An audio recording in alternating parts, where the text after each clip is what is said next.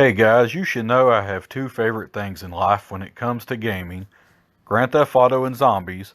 So imagine my surprise back in the early 2000s when I saw this trailer for a game that looked like it would be combining the two.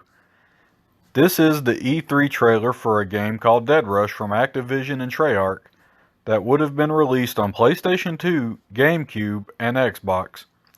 Aside from this trailer and a few screenshots, hardly any info seems to exist on this game, so I'm making this vid in the hopes that it doesn't fade further into obscurity. The game would have taken place on an island in the city of Eastport that at first would appear to be deserted except for all the undead things running around. You would be playing a character named Jake Walker trying to remember what happened. The story would have been told through more player action than cutscenes. You would have to explore the city most of the time by vehicles that you find that would also act as your weapon and armor from the creatures lurking about. The city would have been large for the time, and there was supposed to be no loading times except for the first time when you load the game as you explore the city and buildings. The city was to be divided into districts that opened up as you completed missions. The vehicles could take damage and you would have to scavenge for replacement parts. There would have been special parts to upgrade your vehicle like nitro and blowers, which a mechanic NPC that you would meet would have to install.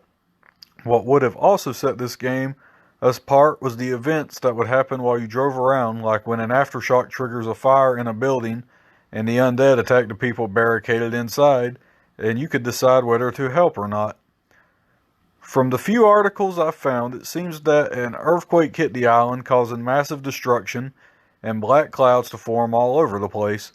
The police and National Guard were called in to deal with the massive hordes of the undead, but were quickly overwhelmed.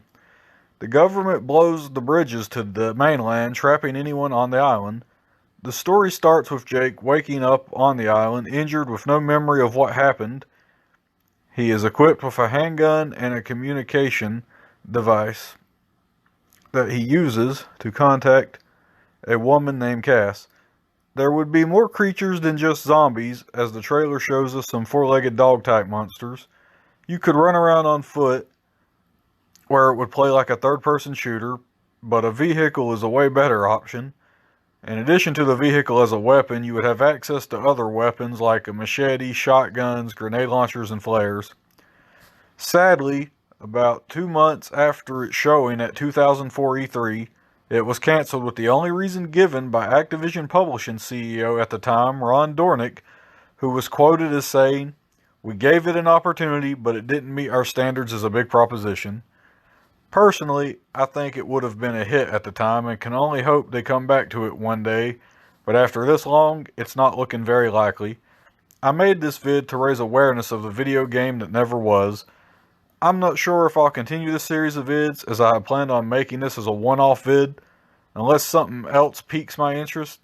So anyway, thanks for listening, and links for all my sources are in my description below.